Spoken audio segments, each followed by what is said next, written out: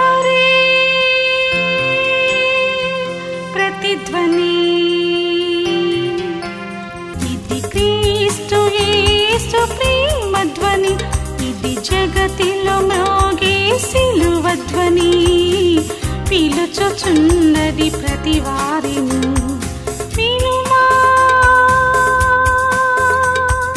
విశ్వసించుమా.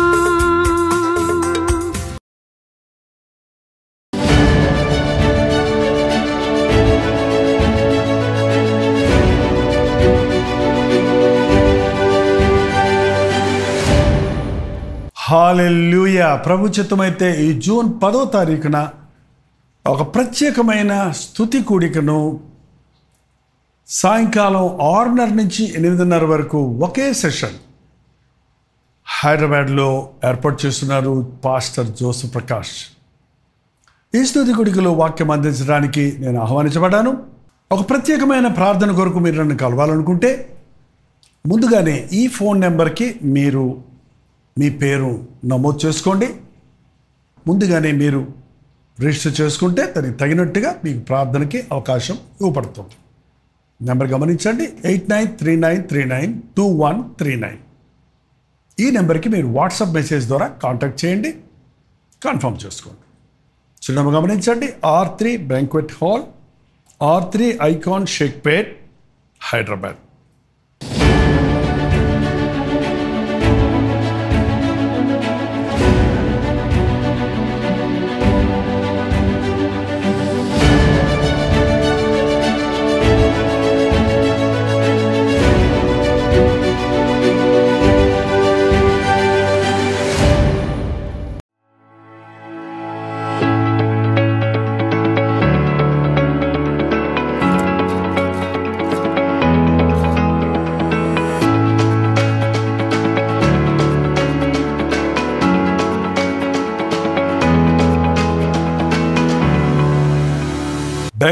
బెంగళూరు పరిసర ప్రాంతాల్లో ఉన్న వారికి శుభవార్త.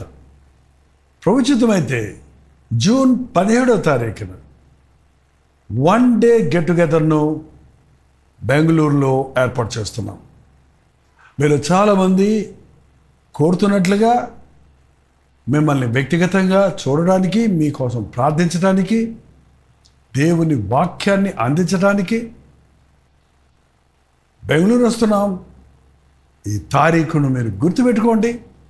జూన్ 17వ తారీఖు మధ్యాహ్నం 2 గంటల నుంచి 5 గంటల వరకు, 6 గంటల నుంచి 10 గంటల వరకు 2 సెషన్స్గా ఈ 1 డే గెట్ టుగెదర్ ఏర్పాటు చేస్తున్నాం. రండి, పాల్గొనండి, దైవాశీస్సులు పొందండి. ముఖాముఖి మిమ్మల్ని చూడడానికి, వ్యక్తిగతంగా మీకోసం ప్రార్థన చేయడానికి అవకాశం కలుగజేయండి. జ్ఞాపకం ఉంచుకోండి, జూన్ 17వ తారీఖు మధ్యాహ్నం 2 గంటల నుంచి 5 గంటల వరకు, 6 గంటల నుంచి 10 గంటల వరకు 2 సెషన్స్గా ఈ 1 డే గెట్ టుగెదర్ బెంగళూరులో ఏర్పాటు చేస్తుంది. చిరునామా గమనించండి, Hudson community centre, CSI compound, opposite to Mitralaya girls high school, near corporation circle, Bengaluru.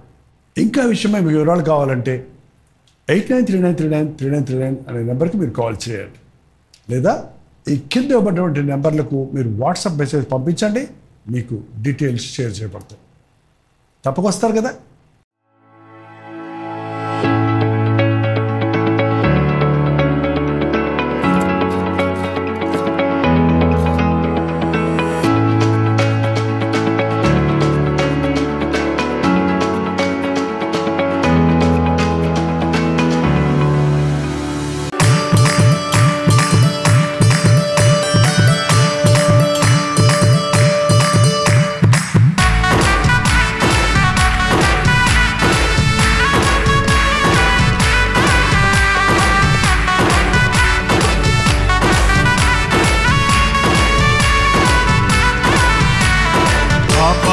పోగొట్టి శాపాన్ని తొలగింప భూలోకం వచ్చావయ్యా. మానవుని రక్షించి పరలోకమిచ్చుటకు సిలువను మోసావయ్యా. పాపాన్ని పోగొట్టి శాపాన్ని తొలగింప భూలోకం వచ్చావయ్యా. పరలయ్యా మానవుని రక్షించి పరలోకమిచ్చుటకు సిలువను మోసావయ్యా, కన్నీటిని తుడిచావయ్యా, సంతోషం ఇచ్చావయ్యా. నా వెదకి రాలేనని నా కోసం వచ్చావయ్యా, నా సర్వం యేసయ్యా, నా జీవం యేసయ్యా, నా ప్రాణం యేసయ్యా, నా గానం యేసయ్యా. బంగారం అడగలేదు, వజ్రాలు అడగలేదు, హృదయాన్ని అడిగావయ్యా. ఆస్తులు అడగలేదు, అంతస్తులు అడగలేదు, హృదయాన్ని అడిగావయ్యా. మనుషులను చేశావయ్యా, లోకానికి వచ్చావయ్యా, నీ వెదకి రాలేదని నా కోసం వచ్చావయ్యా.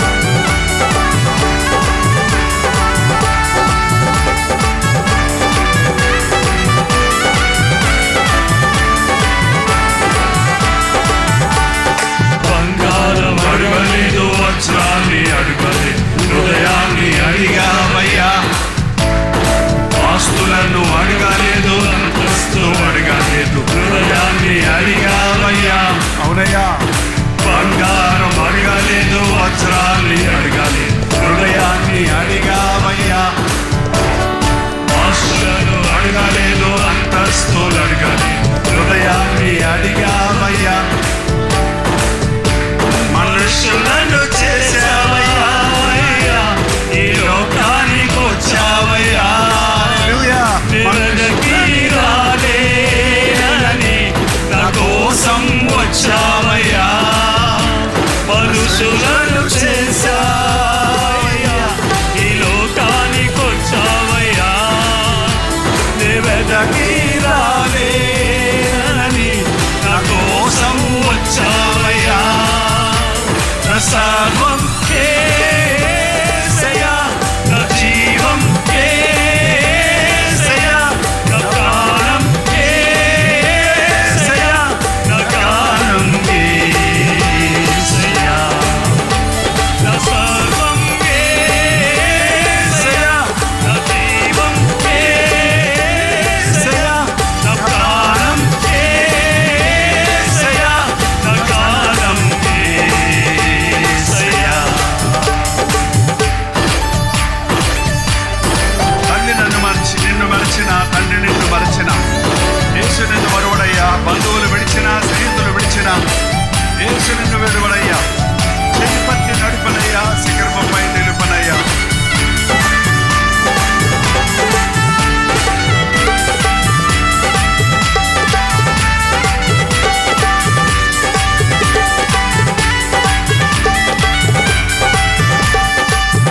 నిన్ను మరచిన తండ్రి నిన్ను మరచి, యేసు నిన్ను మరువాడయ్యా. బంధువులు విడచిన, స్నేహితులు విడచి, యేసు నిన్ను విడువాడయ్యా. తల్లి నిన్ను మరచిన, తండ్రి నిన్ను మరచి, యేసు నిన్ను మరువాడయ్యా. బంధువులు విడచిన, స్నేహితులు విడచి, యేసు నిన్ను విడువాడయ్యా. చెయ్యి పట్టి నడుపునయ్యా, శిఖరముపై నిలుపునయ్యా. చెయ్యి పట్టి నడుపునయ్యా, శిఖరముపై నిలుపునయ్యా. నా సర్వం యేసయ్యా, నా జీవం యేసయ్యా, నా ప్రాణం యేసయ్యా, నా గానం యేసయ్యా. నా సర్వం యేసయ్యా, నా జీవం యేసయ్యా, నా ప్రాణం యేసయ్యా, నా గానం యేసయ్యా. ఈరోజు యేసయ్య నన్ను అడుగుతున్నాడు, నిన్ను అడుగుతున్నాడు, నీ హృదయం నాకిమ్మో. ఏంటండి? రక్షణను అందించి, రక్తాన్ని చెందించి, మోక్షాన్ని ఇచ్చాడయ్యా. ధనవంతులుగా మనల్ని చేసి దారిద్ర్యం పొందాడయ్యా. కన్నీటిని తుడిచాడయ్యా. సంతోషం ఇచ్చాడయ్యా. ఎంతమంది నా కన్నీటిని ప్రభువు తుడిచాడు అనే అనుభవాలు ఉన్నాయో గట్టిగా హల్లెలూయా చెప్పండి. ఒక్క ఒక్కసారైనా 3 సార్లు చెప్పండి.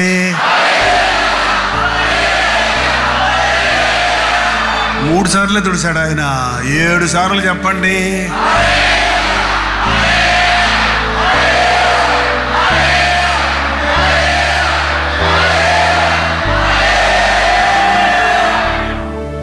వండర్ఫుల్, వెరీ గుడ్ అండి. ఇంకోసారి.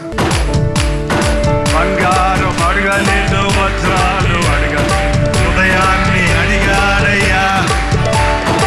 ఆస్తులను అడగలేదు, అంతస్తులు అడగలేదు, హృదయాన్ని అడిగాడయ్యా. బంగారం అడగలేదు, వజ్రాలు అడగలేదు, హృదయాన్ని అడిగాడయ్యా. ఆస్తులను అడగలేదు, అంతస్తులు అడగలేదు, హృదయాన్ని అడిగాడయ్యా. మనుషులను చేశావయ్యా, ఈ లోకానికి వచ్చావయ్యా. మనుషులకి రాలేదని నా కోసం వచ్చావయ్యా. మనుషులను చేశావయ్యా, ఈ లోకానికి వచ్చావయ్యా. వెనక్కి రాలేదని నా కోసం వచ్చావయ్యా. సర్వం యేసయ్యా, నా జీవం యేసయ్యా, నా ప్రాణం యేసయ్యా, నా గానం యేసయ్యా, నా సర్వం యేసయ్యా, నా ప్రాణం యేసయ్యా, నా ప్రాణం యేసయ్యా, నా గానం యేసయ్యా.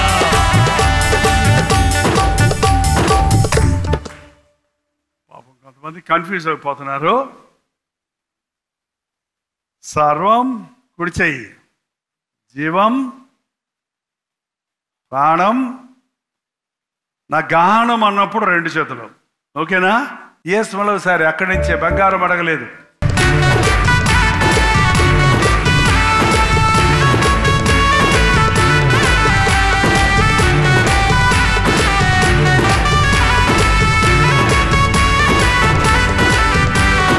బంగారం అడగలేదు, వజ్రాన్ని అడగలేదు, హృదయాన్ని అడిగావయ్యా.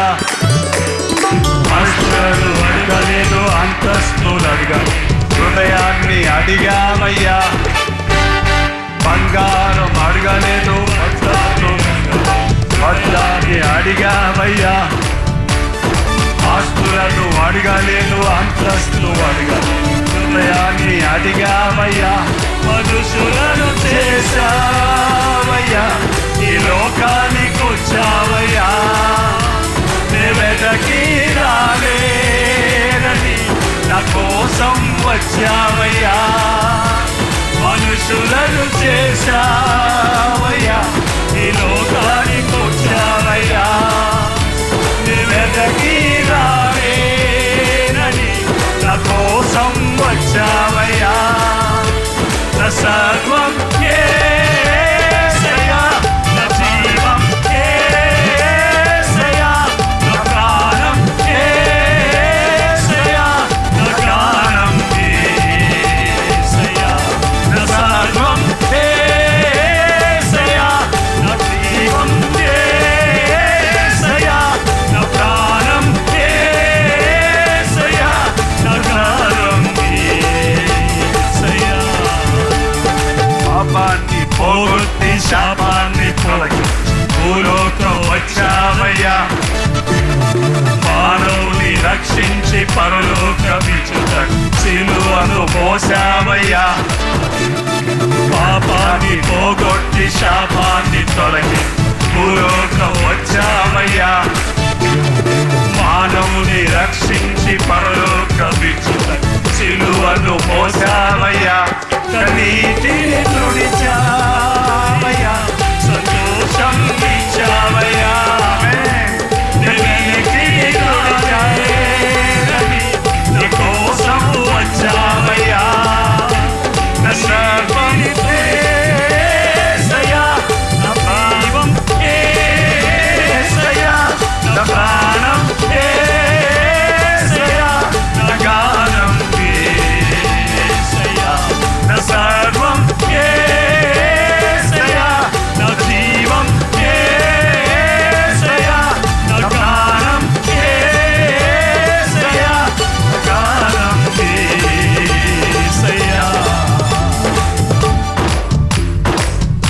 Praise the lord.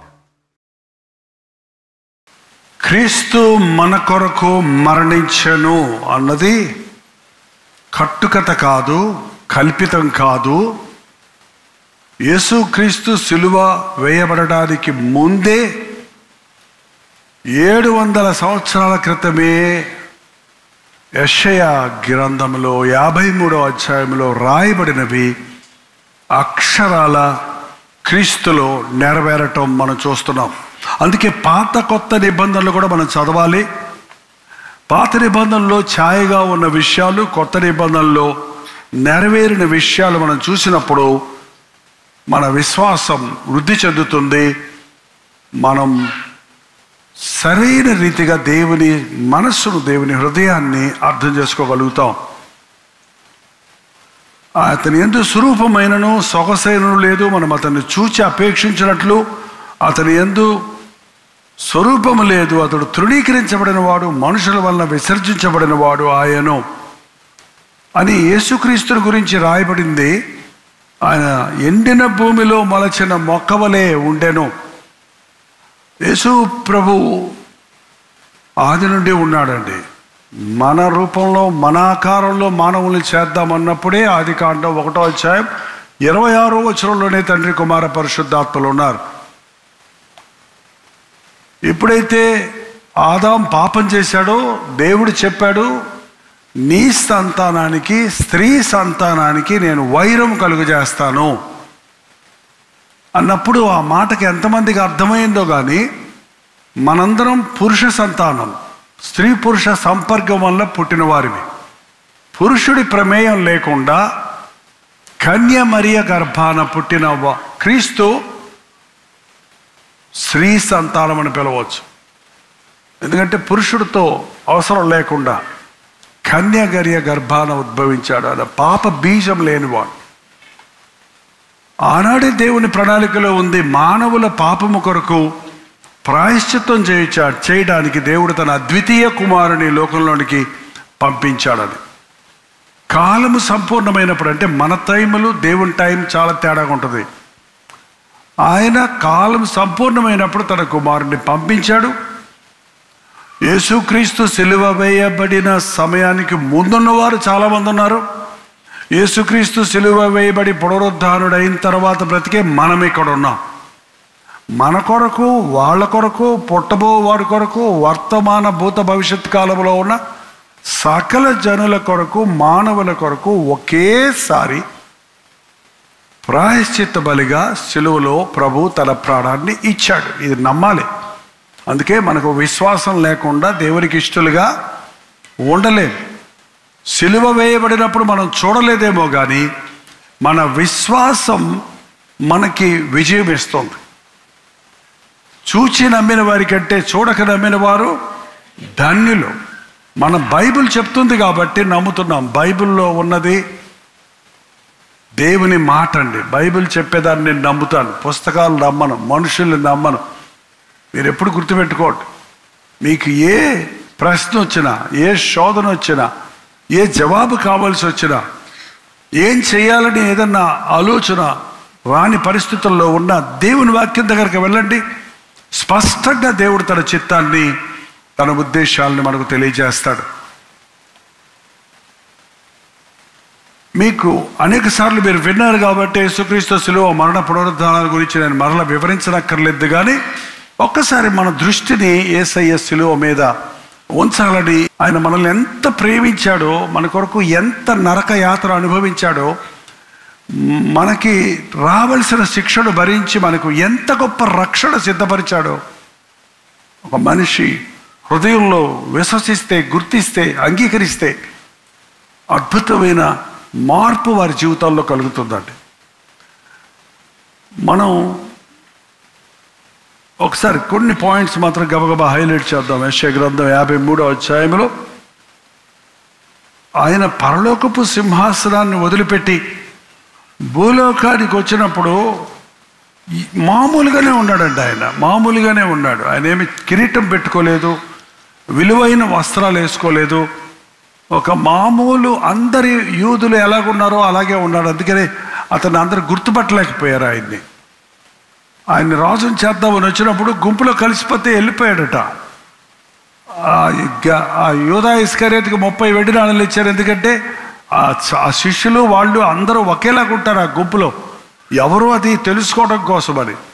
ఎందుకు అలాగా తగ్గించుకొని వచ్చాడు ఆయన అంటే, లోకంలోనే అతిహీనాతిహీనంలో ఉన్న ప్రతి మానవుడి స్థానాన్ని, ప్రతి మానవుని కొరకు విమోచన కలుగు చేయుటకు ఆయన దేవునితో కూర్చుండు భాగ్యాన్ని విడిచిపెట్టి దాసుని స్వరూపం ధరించి సిలువ మరణం పొందినంతగా తన్ను తాను తగ్గించుకున్నాడు.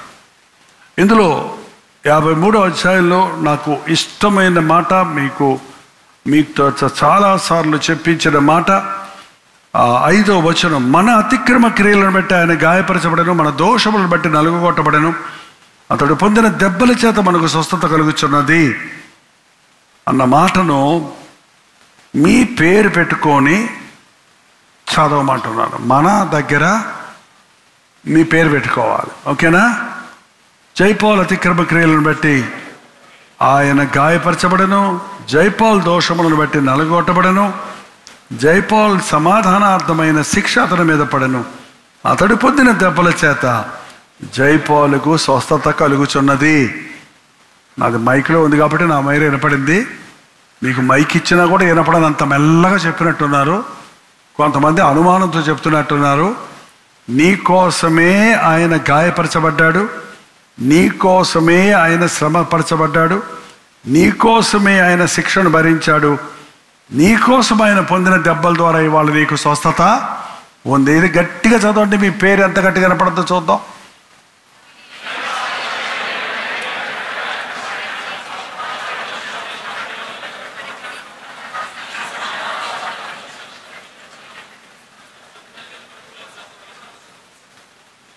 మీరు చదివింది మీరు నమ్ముతున్నారా? మీరు చదివింది మీరు గ్రహిస్తున్నారా? మీరు చదివిన ఈ వాక్యములు మీ జీవితంలో అనునయించుకున్నారా? మీరు రక్షించబడ్డారా? ఏది ఎంతమంది రక్షించబడ్డారు మరోసారి చూపించండి. అనుమానంగా చేయొద్దు. బాప్తిసం పొందారా అని అడగటం లేదు. రక్షణ వేరు, బాప్తిసం వేరు. రక్షణ వ్యక్తిగతంగా ప్రభు దగ్గర నుంచి పొందాలి. థ్యాంక్ యూ, దింపండి. మరి రక్షించబడిన తర్వాత 10 ఆజ్ఞల్ని ప్రభు 2 ఆజ్ఞలుగా చేశాడు. ఏంటో 2 ఆజ్ఞలు? నీ దేవుడైన యెహోవాను పూర్ణ హృదయంతో ప్రేమించు, నిన్ను వలే నీ పొరుగువాడిని ప్రేమించు. దేవుణ్ణి పూర్ణ హృదయంతో ప్రేమిస్తే మనకు వేరే దేవుళ్ళతో పని లేదు. ఆయన నామాన్ని వ్యర్థంగా ఉచ్చరించం. మనం నిజంగా దేవుణ్ణి ప్రేమిస్తే మన తల్లిదండ్రులను సన్మానిస్తాం, మనం ఇంకొకరికి హాని చేయం, వాళ్ళని చంపం, నరహత్య చేయం, ఇంకొకళ్ళని పాడు చేయం, వాళ్ళతో లైంగిక సంపర్కాలకు చోటు ఇవ్వం, ఇంకొకళ్ళకు ఉన్నదాన్ని ఆశించం, ఇంకొకళ్ళ వస్తువులు దొంగిలించం, ఇంకొకళ్ళ మీద తప్పుడు సాక్ష్యాలు చెప్పం. 2 ఆజ్ఞలు. ప్రేమ ఉంటే దేవుని చట్టాన్ని నెరవేర్చిన వారు అవుతాం. నిజంగా నీవు దేవుణ్ణి ప్రేమిస్తున్నావా? ఎంత ప్రేమిస్తున్నావు? నీ బైక్ కంటే, నీ ఉద్యోగం కంటే, నీ కుటుంబం కంటే, నీ బిడ్డల కంటే, నీ ఆస్తుల కంటే నువ్వు నిజంగా దేవుణ్ణి ఎక్కువ ప్రేమిస్తున్నావా? నిజంగా దేవుణ్ణి ప్రేమించేవారు ఖచ్చితంగా ప్రేమిస్తారండి. ఏంటి చెప్పండి? దేవుని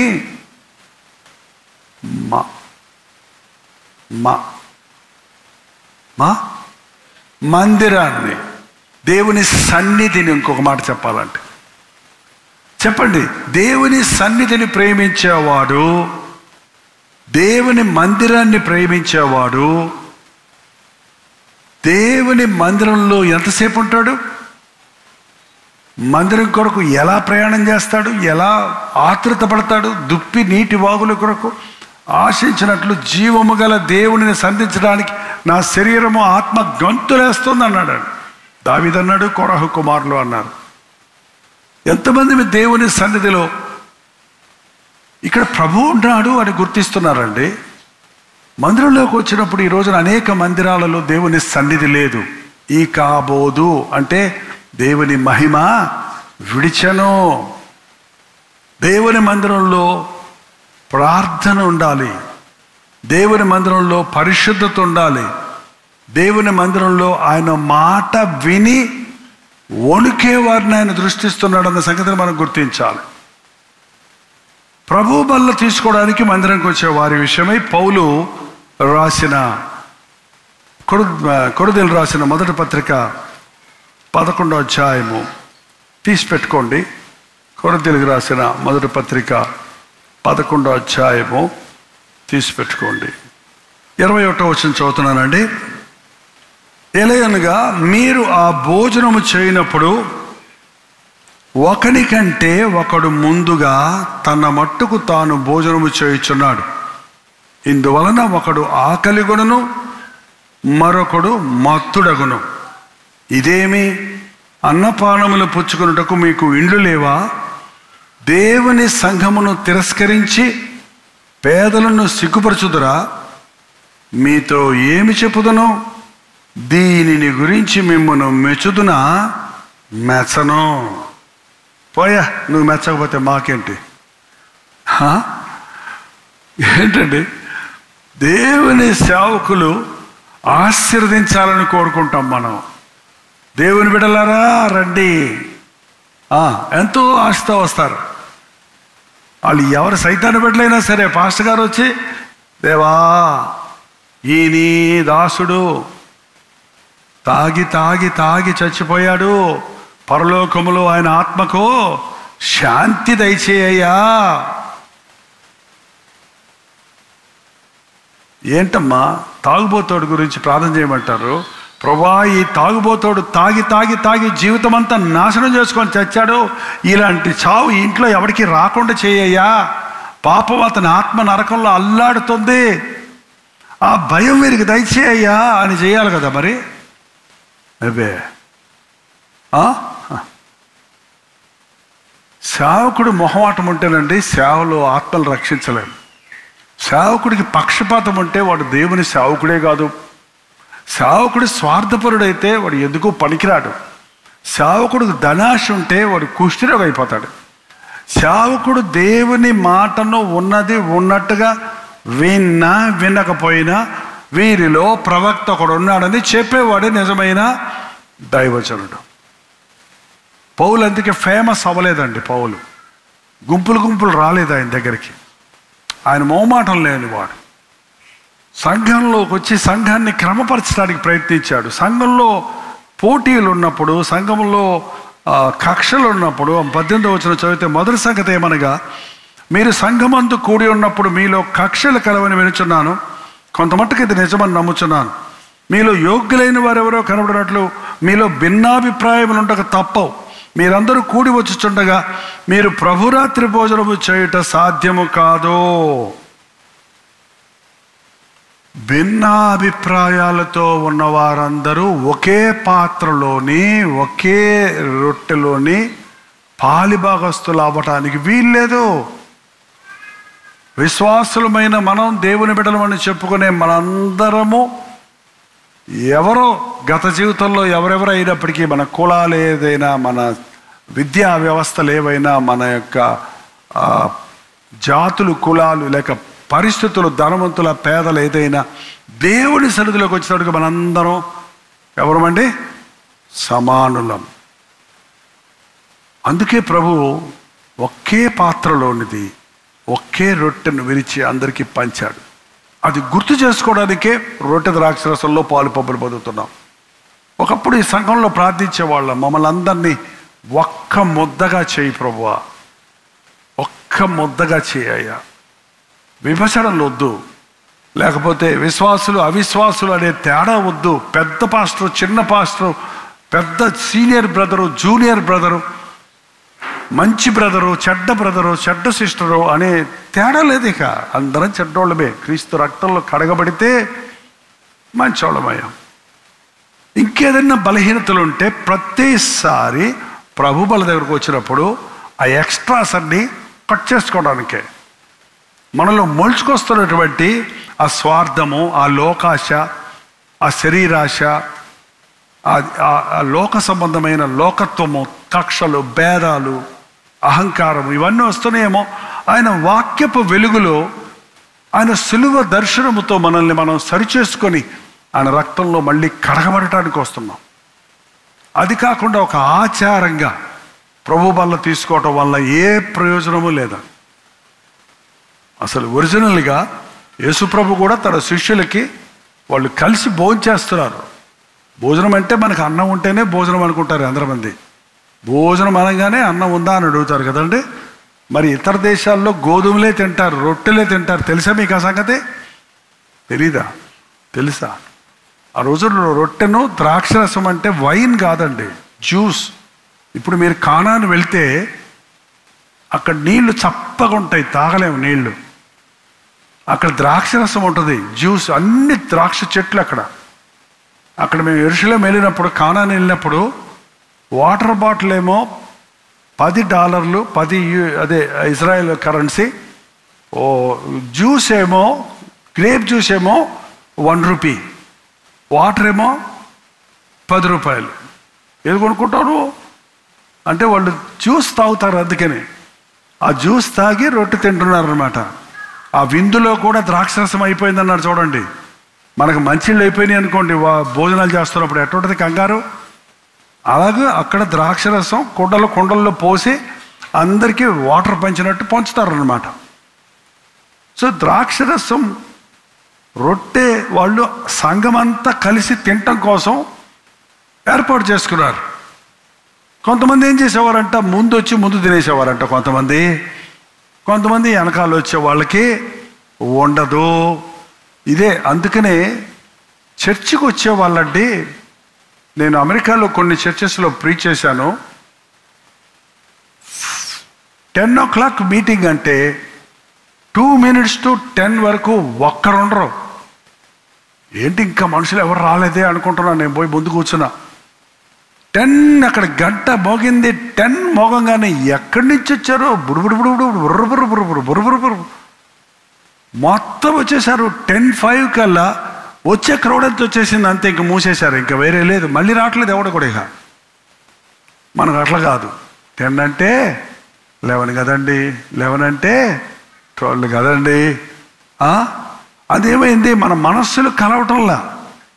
నాకు పాట పాడే పని ఉంటే వస్తాను, నాకు వాక్యం చెప్పే పని ఉంటే వస్తాను, నాకు ఏదన్నా బాధ్యత అప్పచెప్తే వస్తాను. బాధ్యతలు చేయడానికా ప్రభు దగ్గరికి వస్తున్నాం మనం? పనులు చేయడానికా, పాటలు పాడటానికా ప్రభు దగ్గరికి వస్తున్నాం? నన్ను ప్రేమించి నా కొరకు ప్రాణం ఇచ్చిన ప్రభువుని నేను ఆరాధించడానికి ఆయన దగ్గరకు వస్తున్నాను. ఆ మనస్తత్వం లేని వాళ్ళు ప్రభు బిడ్డలు కాదండి. అలాంటి మనస్సు లేకపోతే ప్రభు బలలో పాలుపంపులు పొందటం వల్ల ప్రయోజనం లేదు. నేనే రావాలా, ఆయన రాడా, వాళ్ళు రారా, వీళ్ళు రారా, ఈ భేదాలు ఉండటం వలన పౌలు అన్నాడు, నేను మెచ్చను. మీలో కొందరు ముందు వచ్చి తింటున్నారు, తర్వాత వచ్చి తింటున్నారు. ఈ ఇల్లు లేవా మీకు తినడానికి? భలే అడుగుతున్నాడు. ఏంటంటే, దేవుని సంఘమును తిరస్కరించి పేదలను సిగ్గుపరచుదరా? మీతో ఏం చెప్పుదును? దీని గురించి మిమ్మల్ని మెచ్చుదనా? మెచ్చను. నేను మీకు అప్పగించిన దానిని ప్రభువు వల్ల పొంది తిని. ఈ ప్రభువు బల్లను పాలు పంపులు చేసేది సంస్థల వల్ల, పాస్టర్ల వల్ల కాదు. ఇది ఒక సిద్ధాంతం కాదు, ప్రభువు చెప్పాడు. మత్తయి, మార్కు, లూకా, యోహాను సువార్తలో కూడా మీరు చూడవచ్చు. ఆయన అప్పగించబడిన రాత్రి రొట్టె తీసుకొని దాన్ని విరచి, ఇది మీ కొరకై విరగొట్టబడిన నా శరీరము, మీరు దీనిలోని తిన్నప్పుడల్లా నన్ను జ్ఞాపకం చేసుకోండి. అలాగే ద్రాక్షరసాన్ని ఎత్తుపట్టుకొని, ఇది మీ నిమిత్తమై చిందించబడుతున్న క్రొత్త నిబంధన రక్తము, మీరు దీనిలో పాలుపంపులు పొందినప్పుడల్లా నన్ను జ్ఞాపకం చేసుకోండి అని ఆయన అప్పగించబడిన రాత్రి తన శిష్యులకి కేవలం 12 మందికి మాత్రమే, బయట అందరికీ పంచలేదు. అది ఒకే కుటుంబానికి చెందిన వాళ్ళు ఒకే టేబుల్ మీద కూర్చొని తింటారు.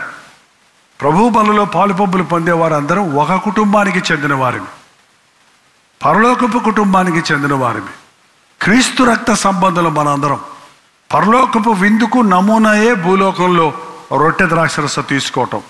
అది ఎంత విలువగా, ఎంత కృతజ్ఞతతో, ఎంత జాగ్రత్తతో మనం ఆ రొట్టెలో పాలుపంపులు పొందాలన్నది గ్రహించుకుంటే, ప్రతిసారి రొట్టె ద్రాక్షరసంలో పాలుపంపులు పొందుతున్నప్పుడు నూతనమైనటువంటి ఆధ్యాత్మిక పురికొల్పును మనం పొందుతాం. అదే సమయంలో ఇది ఆచారంగా తీసుకుంటే ఏమవుతుందో చూడండి. 27వ వచనం, కాబట్టి ఎవడు అయోగ్యముగా ప్రభు యొక్క రొట్టె తినునో లేక ఆయన పాత్రలోని తాగునో వాడు ప్రభు యొక్క శరీరమును గురించి రక్తమును గురించి అపరాధి అగును. అయోగ్యముగా ప్రభు బలలో యోగ్యత లేకుండా ప్రభు బలలో తీసుకోకూడదు. అంటే యోగ్యత అంటే ఏంటి? ఎవరివ్వాలి మనకు సర్టిఫికేట్? నీ మనస్సాక్షి నీకు ఇస్తుంది. నువ్వు రక్షించబడ్డవాడివైతే నీ మనస్సాక్షి నువ్వు చేసిన తప్పులను దోషారోపణ చేస్తుంది. థర్డ్ పర్సన్ వచ్చి నీకు చెప్పక్కర్లే, మూడో వ్యక్తి రెండో వ్యక్తి చెప్పక్కర్లే, నీలో ఉన్న అంతరాత్మే నీకు సాక్ష్యం ఇస్తుంది. నువ్వు బూతులు తిట్టొచ్చి ప్రభు బలలో ఎట్ట పాలు పబ్బులు పొందుతావు? ఇతరులను హానికరమైన గాయపరిచే మాటలు మాట్లాడి మళ్ళీ ప్రభు బలలో ఎలా పాలు పబ్బులు పొందుతావు? నీ కళ్ళు పవిత్రపరచుకోకుండా అపవిత్రమైన వాటిని చూసి లోభత్వానికి చోటిచ్చి నువ్వు మళ్ళీ వచ్చి ప్రభు బలలో ఎలా చేయబెడతావు? నీ హృదయం సరిగా లేకపోతే ఈ విషయంలో నీకు పాలు పంపులు లేవు అన్నాడు దేవుడు. అయితే నేను తీసుకోడండి అంటారేమో. అలా చెప్పలేదు ప్రభు. నువ్వు సరిలేదు కాబట్టి తీసుకోవద్దని చెప్పలేదు. మరి ఏం చేయాలంట? కాబట్టి ప్రతి మనుషుడు తన్ను తాను పరీక్షించుకోవాలి. ప్రతి వాడు తనను తాను ఇంకొకరు ఏలు పెట్టి నేను చూపించాల్సిన అవసరమే లేదు. ఇంకొకరిని తప్పులు చెప్పాల్సిన అవసరమే లేదు. పాస్టర్ గారు నీ వైపు చూసి నువ్వు సరి చేసుకో అని చెప్పనవసరం లేదు. నువ్వు రక్షించబడ్డ వ్యక్తివైతే, క్రీస్తు నీ హృదయంలో ఉంటే, నువ్వు క్రీస్తు రక్తంలో కడగబడిన వ్యక్తివైతే, నీవు నిజంగా విశ్వాసము కలిగిన వ్యక్తివైతే, నిజంగా నీవు ప్రభువుని వెంబడిస్తున్న వ్యక్తివైతే నీవు పరీక్షించుకోవాలి. ఇంతమంది ఉన్న మూలాన కొంతమంది పరిచారకులు, అసలు కొన్ని చర్చెస్లో అందరూ వచ్చి ఇక్కడ ముందు మోకరిస్తారు, ఒక్కొక్కరికి సేవకులే ఇస్తాడు. అలా చేయాలంటే మనకి 2 రోజులు పడద్ది మనందరికీ కదా. కానీ కొంతమంది పరిచారకులు వస్తే ఇక్కడ రొట్టె ఇచ్చి ప్రార్థన చేసి వాళ్ళు మీ దగ్గర తెస్తారు. అట్లా కూడా కనీసం 10-15 నిమిషాలు పడుతుంది అందరికీ వచ్చి చేరడానికి. నీ హృదయాన్ని పరీక్షించుకోవటం ఇంటి దగ్గర కుదరలేదేమో, ఇప్పుడు దాకా పాటల సందడిలో మర్చిపోయావేమో. కానీ ఈ 10 నిమిషాల్లో రొట్టె నీ చేతికి అందే వరకు, అందినా ఒక 10 నిమిషాలు నిన్ను నీవు పరిశోధించుకోవడానికి, పరీక్షించుకోవడానికి అనుకూలంగా ఉందా లేదా? నేను సరిగా ఉన్నానా దేవుని ముందు? నువ్వేం చెప్పక్కర్లేదండి, యేసయ్యా అంటే చాలు. నీ మనసు బాగాలేదు, నువ్వు అనవసరంగా ఏడుస్తున్నావు, నువ్వు అనవసరంగా కోపం పెట్టుకున్నావు, నువ్వు అనవసరంగా ఇతరులను తిట్టొచ్చావు, దూషించొచ్చావు, నీ మనస్సాక్షి సరిలేదు అని ఖచ్చితంగా పరిశుద్ధాత్ముడు మన మధ్య ఉన్నాడండి. పరిశుద్ధాత్ముడు ముఖ్యమైన పని ఏంటంటే భాషలు మాట్లాడతాం అనుకుంటున్నారు. భాషలు మాట్లాడుకోవటం అనే వరం కూడా పరిశుద్ధాత్ముడు ఇచ్చే వరమే.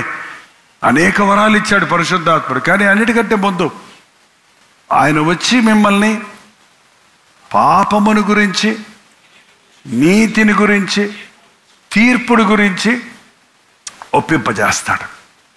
పాపం అంటే ఏంటో తెలియనోడికి పాపం ఇది అని తెలియజేసేవాడు పరిశుద్ధాత్ముడు. నీతి అంటే ఏంటో తెలియనోడికి ఇది నీతిగా ఉండటం, పరిశుద్ధతగా ఉండటం అని ప్రభువును చూపిస్తాడు.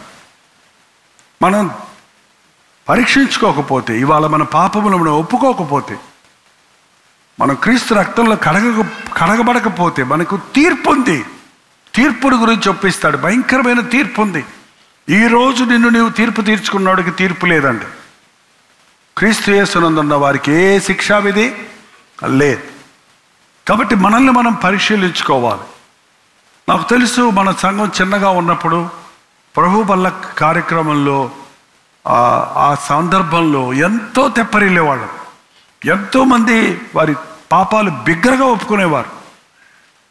కొన్నిసార్లు వాళ్ళు నేను కళ్ళు మూసుకొని ప్రార్థన చేసుకుంటుంటావు, ఎవరో నా కాళ్ళ దగ్గర ఉన్నట్టు కనపడి ఏంటని చూస్తే, అన్నా నిన్ను దూషించానన్నా, నిన్ను ఎగతాళి చేశానన్నా, నన్ను క్షమించు, నీ మీద ఎదురు తిరిగాను అని క్షమాపణ అడిగేవా. అంతేకాదు, అక్కడక్కడ ఉన్న వాళ్ళు గబక్కలు లేచి వెళ్ళి, వాళ్ళ సీట్లో నుంచి లేచి వెళ్ళి ఆ మిగిలిన సహోదరుల దగ్గరికి వెళ్ళి, వాళ్ళ అత్తగారి దగ్గరికి వెళ్ళి, వాళ్ళ మాంగారి దగ్గరికి వెళ్ళి ఇలాగా అక్కడే వాళ్ళు లేచెల్లి క్షమాపణ అడుక్కునేవారు. రొట్టె అక్కడ విడిచిపెట్టి రొట్టె ద్రాక్షరసం తీసుకోకముందే హృదయాన్ని సరి చేసుకునేవారు. ఇవాళ అది ఏమీ కనపడతల్లా. ఏంటంటే కొన్నిసార్లు అది మనకు సాధ్యం కాదు, లేచి వెళ్ళడానికి మనకు తరుణం లేదు, ఇక్కడ ఉండకపోవచ్చు. కానీ నీ మనసులో నువ్వు నిశ్చయించుకుంటే నువ్వు బయటికి వెళ్ళిన తర్వాత సమాధాన పడవచ్చు, ఫోన్ చేసి సమాధాన పడవచ్చు. బట్ మనస్సులో నీవు నిర్ణయించిన దాన్ని దేవుడు చూస్తాడు కనుక క్షమిస్తాడండి. ఒకవేళ నీ హృదయం ఈరోజు సరిలేకపోతే రొట్టె మీ దగ్గరకు వచ్చేలోగా మిమ్మల్ని మీరు సరి చేసుకోండి. ఏం లేదు, చిన్న పని చెప్పాడు దేవుడు. మన పాపాల కోసం ఎన్ని ఎడ్లు తెమ్మన్నాడు, ఎన్ని గొడ్లు తెమ్మన్నాడు, ఎన్ని పావురాలు తెమ్మన్నాడు, ఎన్నిసార్లు గుడి చుట్టూ తిరిగి రమ్మన్నాడు, ఎన్ని కత్తులతో పొడుచుకోమన్నాడు, ఎన్నిసార్లు గుండె బాదుకోమన్నాడు. ఏం చెప్పలేదు ఆయన. ఏం చేయమంటున్నాడు? పాపం పోవాలంటే సబ్బులు తెచ్చి కడుక్కో అక్కర్లేదు. ఏం చేయమన్నాడండి?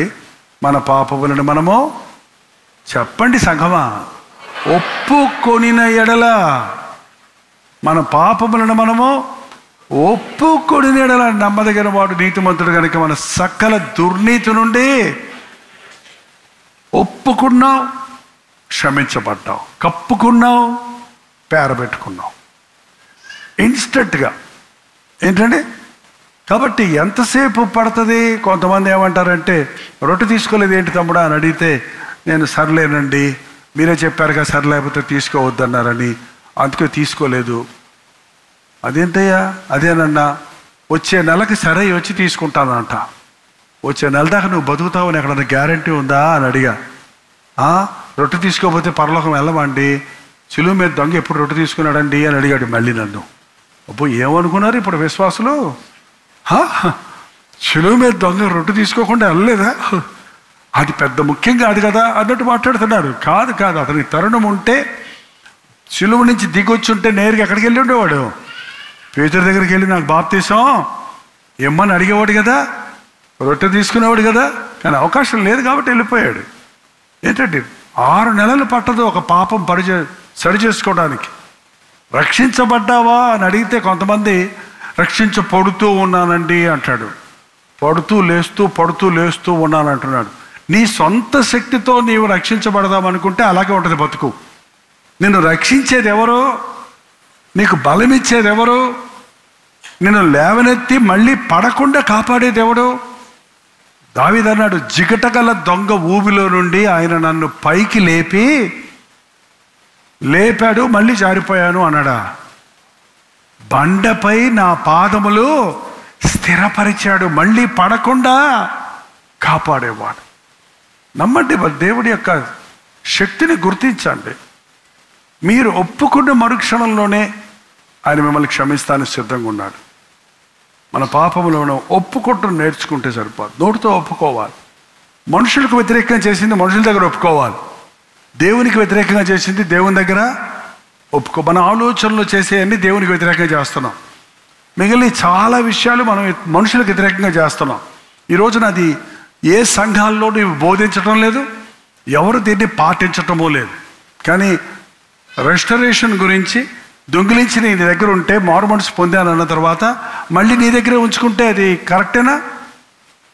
మన జీవితాల్లో ఒక తప్పు ఒప్పుకుంటే కొంతమందికి పరిశుద్ధమైన దొంగలు ఉంటారంట చర్చిలో. మంచి మంచి బైబిళ్ళు, మంచి పెన్నులు, పాటల పుస్తకాలు అవి ఉంటాయి కదా, అవి దేవుడి కోసమే కదా అని తీసుకుంటారు అనమాట. నువ్వు కొనుక్కో, ఎవరో వదిలిపెట్టిపోయారు, అందుకే పేరు రాసుకోండి పాటల పుస్తకం మీద దయచేసి. ఎవరితో తెలియదండి అంటారు వాళ్ళకి వచ్చిన.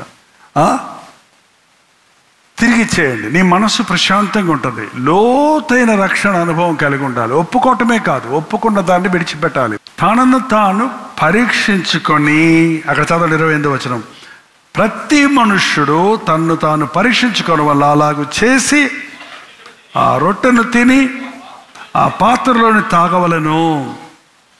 ప్రభు శరీరమని వివేచింపక తిని తాగువాడు తనకు శిక్షావిధి కలుగుటకే తిని తాగుచున్నాడు. ఇందువల్లనే మీరు అనేకులు బలహీనులను రోగులనై ఉన్నారు, చాలామంది చచ్చేపోయారు. ఊరబ్బా, ఆప్షన్ కాదండి ఇది, పరీక్షించుకొని తీసుకోండి. పరీక్షించుకోకుండా అయోగ్యంగా తీసుకుంటే మీరు శిక్షకు పాత్రలు అవుతారు, సాతానుకు చోటిచ్చిన వాళ్ళు అవుతారు, రోగులైపోతారు, మరణానికి కూడా కారణమవుతుంది. యూదా ఇస్కరియోతు పుచ్చుకున్నాడా లేదా మొక్క? పుచ్చుకున్నాడా? ఏంటంటే తెలియదు అంటారేంటి? పుచ్చుకున్నాడు. వాక్యంలో రాయబడి మొక్క పుచ్చుకొనగానే అతడిలోనికి సాతాను, అదేంటి రొట్టె ప్రభు శరీరంగా గుర్తుగా ఉన్న రొట్టె రాక్షసు ముట్టుకుంటే సాతాను ఎందుకు వచ్చాడు లోపలికి? ఏంటండి? హృదయంలోనేమో యేసు ప్రభుని అమ్మేయటానికి ఆలోచన పెట్టుకున్నాడు. మీలో ఒకడే నన్ను అప్పగిస్తారు అంటే నేనే ప్రభు అని గుండె బాదుకొని బయటకు వచ్చి చెప్పాడా? నేను కాదు కదా అన్నాడట. అందరూ నేనా అని మిగిలిన శిష్యులు పరిశీలించుకుంటుంటే ఏదో ఊతపదాల్లాగా నేనా అన్నాడేమో, అంతేగాని మనసులో ఉన్న సంగతి బయట పెట్టలేదు. హృదయం సరిలేకుండా రొట్టె తీసుకున్నా అది మనకు మేలు కాదండి. అతడు బయటికి వెళ్ళాడు, అది రాత్రి వేళనుంది బైబిల్లో. అతని జీవితంలో తెల్లారలేదు ఇక మళ్ళీ. ఆ రాత్రి ఉరేసుకొని చచ్చిపోయాడు చివరికి. హృదయం కఠినం చేసుకోవద్దండి దయచేసి. దేవుని కార్యాల్లో హృదయం కఠినం చేసుకోవద్దు. ఇవాళ ఫిజికల్ చావులు ఉండవేమో కానీ స్పిరిచువల్ డెత్లు ఏర్పడుతున్నాయండి. ఆధ్యాత్మికంగా చచ్చిన స్థితిలోకి వెళ్ళిపోయిన వాళ్ళకి ఏ విధమైనటువంటి ఉణర్వు కాదు అన్నదే, స్పర్శ ఉండదు, ఒప్పుకోలు ఉండదు, మనస్సాక్షి ఉండదు, భక్తుల్లాగా చలామణి అయిపోతున్నారు అంతే. అలాంటి బోధకులు ఉన్నారు, అలాంటి విశ్వాసులు ఉన్నారు, అలాంటి ఆరితేరిపోయిన పెద్దలమని చెప్పేవాళ్ళు ఎంతోమంది ఈ రోజుల్లో సభల్లో సంఘాల్లో తయారవుతున్నారు. వాత వేయబడిన మనస్సాక్షి. దేవుని కార్యాలు అలక్ష్యంగా చేసినప్పుడు, అజాగ్రత్తగా చేసినప్పుడు శాపగ్రస్తులం అవుతాం.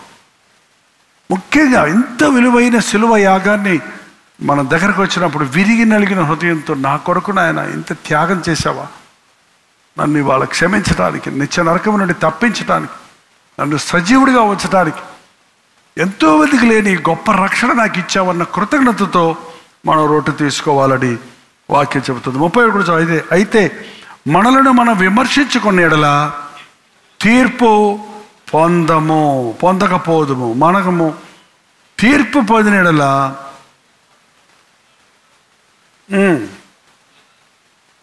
అది మనల్ని మనం పరిశీలించుకుంటే తీర్పు ఉండదు. కాబట్టి రొట్టె మీ దగ్గరకు వచ్చేటప్పుడు పరిచారకులు కూడా, మీరు కూడా పరీక్షించుకోవాలి. మీరు రొట్టె తీసుకెళ్తున్నప్పుడు మిమ్మల్ని మీరు పరీక్షించుకోండి. ఇది ప్రభు యొక్క పరిశుద్ధమైన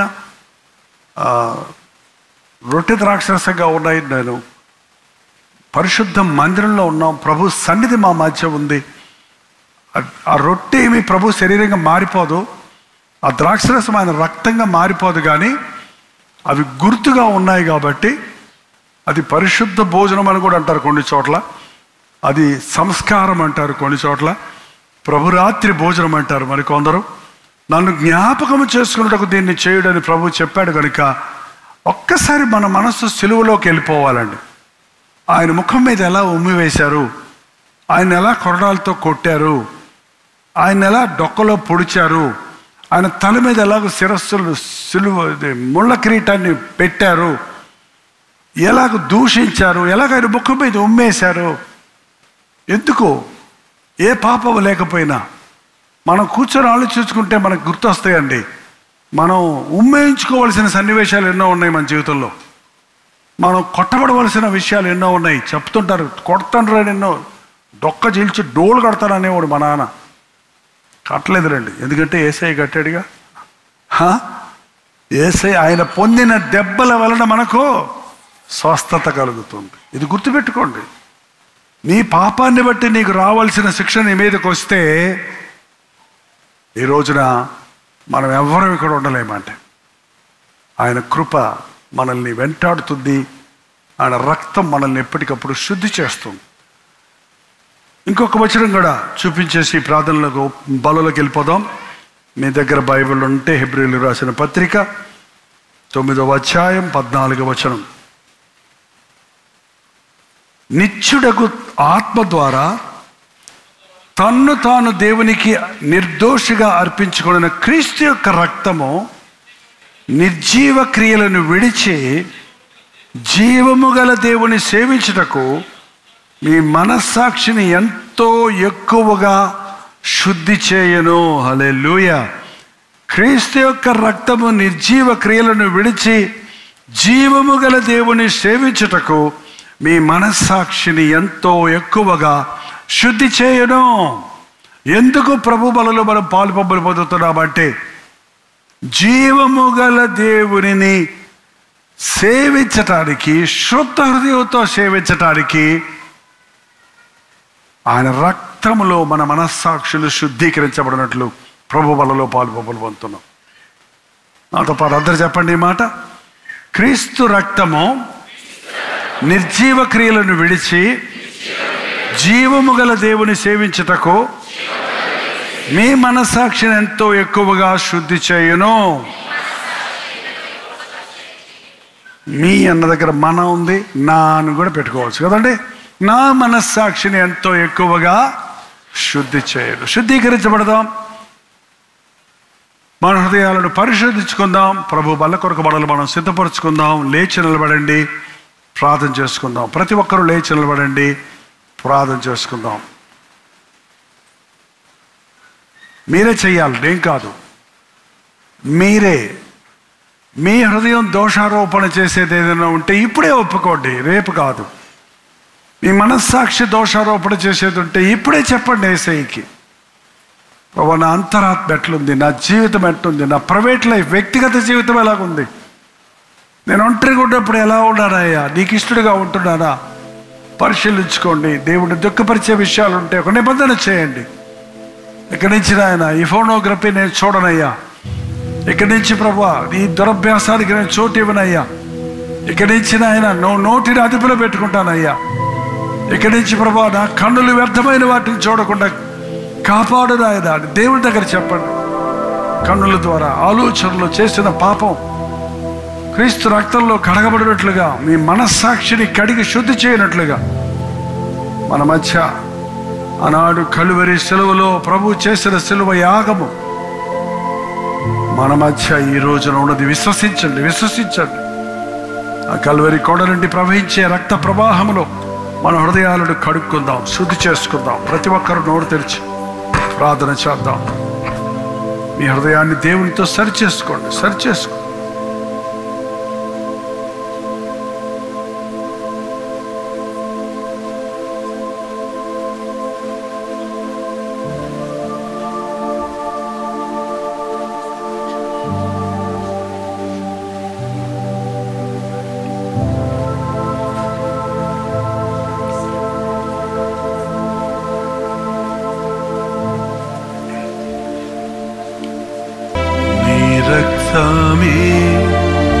నీ రక్తమే నన్ను శుద్ధీకరించు, నీ రక్తమే నా బలము, నీ రక్తధారలే ఇలా పాపికాశ్రయం ఇచ్చును. పరిశుద్ధ తండ్రి పాపిని కడిగి పవిత్ర పరచుము. పరిశుద్ధ తండ్రి పాపిని కడిగి పవిత్ర పరచుము. నీ రక్తమే నన్ను శుద్ధీకరించు, నీ రక్తమే నా బలము. నీకు వందనములయ్యా. దోషులను నిర్దోషులుగా, పాపులను పరిశుద్ధులుగా, నరక పాత్రలను నీ రాజ్య వారసులుగా చేసుకున్నటకే పరము నుండి వచ్చి శిలువ యాగాన్ని చేశావు. మా కొరకు నీవు చేసిన బలి యాగాన్ని బట్టి వందనములయ్యా. నీవు పొందిన దెబ్బల ద్వారా మాకు స్వస్థత, నీవు చిందించిన రక్తము ద్వారా మాకు విమోచన కలుగు చేయించినందుకు వందనములయ్యా. ఈ రక్తంలో కడగబడమని చెప్పుకునే మేమందరము ఈ లోకములో నాయన ఎంతో మంది ఆలజడుల్లో ఉంటుండగా, సమాధానం లేని వారిగా ఉంటుండగా, రోగాలతో పీడించబడుతుండగా, సమస్యల వలయాల్లో చిక్కుని ఉంటుండగా, ఈ గొప్ప యేసయ్య గురించి అట్టి వారికి తెలియపరిచే భారాన్ని మాకు దయచేయండి. రొట్టె ద్రాక్షరసం తీసుకున్న ప్రతి ఒక్కరు నిన్ను ప్రేమించేవారిగా, నీ సన్నిధిని ప్రేమించేవారిగా, రోజు నీతో సహవాసం చేసే అనుభవం కలిగిన వారిగా ఉండడానికి సహాయం ఇచ్చాయి. ఇంకా ఇక్కడ బాప్తిసం పొందిన వారిని సిద్ధపరచు ఆయన. హృదయం సరిలేదని ఎవడైనా తీసుకోకుండా ఉంటే ఇప్పుడైనా సరి చేసుకోవడానికి సహాయం ఇచ్చాయి. బాప్తిసము పొందామని, రొట్టె తీసుకున్నామని చెప్పే ప్రతి ఒక్కరూ క్రీస్తును మహిమపరచుటకు సహాయం ఇచ్చాయి. క్రీస్తు నామములో అడుగుచున్నాను తండ్రి, ఆమేన్. తండ్రి అయిన దేవుని యొక్క ప్రేమయు, కుమారుడైన క్రీస్తు యొక్క కృపయు, ఆదరణకర్త అయిన పరిశుద్ధాత్మ యొక్క సహవాసము కుడి వచ్చిన మనందరికీ, లైవ్లో ఏకీభవిస్తున్న వారికి ఇప్పుడును సదాకాలమును తోడై ఉండను గాక. ఆమేన్, ఆమేన్, ఆమేన్. నేను స్తోత్రం. మీరు విన్న వర్తమానం మీకు ఆశీర్వాదకరంగా ఉంటే, మీ ప్రార్థన అవసరాలు భారాలు ఉంటే 954041 నెంబర్కి ఇప్పుడే ఒక టెక్స్ట్ లేక వాయిస్ మెసేజ్ ద్వారా వాట్సాప్ పంపించండి. మీ వాట్సాప్లన్నీ పరిశీలించి మేము ప్రార్థిస్తున్నాం. ప్రభు అద్భుతంగా మనకు జవాబులు ఇస్తున్నాం. మీరు ఇతర దేశాల్లో ఉంటే 91001008 నెంబర్కి మీ ప్రార్థన అవసరాలు పంపించాం. ఉచితమైతే రేపు ఉదయం 7 గంటలకు అనుదిన ధ్యానంలో మళ్ళీ కలుసుకుందాం. అంతవరకు దేవుని మహాకృప మీకు తోడేడు దాకా. మీరు వెల్లుడి, మీరు వెల్లుడి, మీరు వెల్లుడి, మీరు వెల్లుడి అని ప్రభు యేసు సెలవిచ్చెను. హల్లెలూయా. ప్రభు చిత్తమైతే జూన్ 18వ తారీఖున ఒక 1 డే గెట్ టుగెదర్ను విజయవాడలో చాలా కాలం తర్వాత మీ కొరకు ఏర్పాటు చేస్తున్నాం. ఎన్నో సంవత్సరాలు అక్కడ గెట్ టుగెదర్లు పెట్టాం. మీరందరూ బలపడ్డారు, దీవించబడ్డారు, ఆయా సంఘాల్లో సాక్షులుగా సాగుతున్నారు. అనుదినము సోషల్ మీడియా ద్వారా బలపడుతున్నామని తెలియజేస్తున్నారు. మిమ్మల్ని వ్యక్తిగతంగా చూస్తానికి, మీ కొరకు ప్రార్థించడానికి, ప్రభువును స్తుతించడానికి ఈ యొక్క 1 డే కూడా కాదండి, 1 మీటింగ్ జూన్ 18వ తారీఖు సాయంకాలం 4 గంటల నుంచి 10 o'clock వరకు ఒకే సెషన్గా ఏర్పాటు చేస్తున్నాం. రాగలిగిన వాళ్ళందరూ రండి, ఈ పరిచయంలో పాల్గొనండి. మీకోసం వ్యక్తిగతంగా ప్రార్థించడానికి, మిమ్మల్ని ముఖాముఖిగా చూడడానికి అవకాశం కలిగజేయండి. చిరునామా గమనించండి. The venue convention hall near new government hospital, NTR colony, Vijayawada. ఇంకా విషయమై మీకు వివరాలు కావాలంటే ఈ క్రింద ఇవ్వబడినటువంటి ఫోన్ నెంబర్కి మీరు కాల్ చేయండి. మీకు లొకేషన్ షేర్ చేస్తాను. తప్పకొస్తారు కదా. మీరు వెల్లుడి, మీరు వెల్లుడి, మీరు వెల్లుడి, మీరు వెల్లుడి అని ప్రభు యేసు సెలవిచ్చెను. సర్వలోకముకు సువార్తనందించుడి, సర్వ సృష్టికి యేసుని ప్రకటించుడి. సర్వలోకముకు సువార్తనందించుడి, సర్వ సృష్టికి యేసుని ప్రకటించుడి. హల్లెలూయా. తణుకు పరిసర ప్రాంతాల్లో ఉన్న వారికి శుభవార్త. తణుకులో ఒక గెట్ టుగెదర్ ఏర్పాటు చేయడానికి మీలో అనేకులు ఎప్పటి నుంచి అడుగుతున్నారు. ప్రభు చిత్తములో ప్రార్థించి ఇదిగో జూన్ 19వ తారీఖు బుధవారం మధ్యాహ్నం 2 గంటల నుంచి 5 గంటల వరకు, 6 గంటల నుంచి 10 గంటల వరకు 2 సెషన్స్గా ఈ 1 day get together BVR function హాల్లో ఏర్పాటు చేస్తున్నాం. చిరునామా గమనించండి. బీవీ రావు ఫంక్షన్ హాల్, నెక్ function hall, opposite to D Mart, bypass road, Tanuku. ఇంకా విషయమే మీకు వివరాలు కావాలంటే 8939393939 అనే నెంబర్కి మీరు కాల్ చేయొచ్చు. క్రింద ఇవ్వబడినటువంటి వాట్సాప్ నెంబర్లకు మీరు వాట్సాప్ మెసేజ్ పెట్టచ్చు, లేదా ఈ క్యూఆర్ కోడ్ స్కాన్ చేసుకోవచ్చు. తప్పకొస్తారు కదా. సర్వలోకముకు సువార్తనందించుడి, సర్వ సృష్టికి యేసుని ప్రకటించుడి.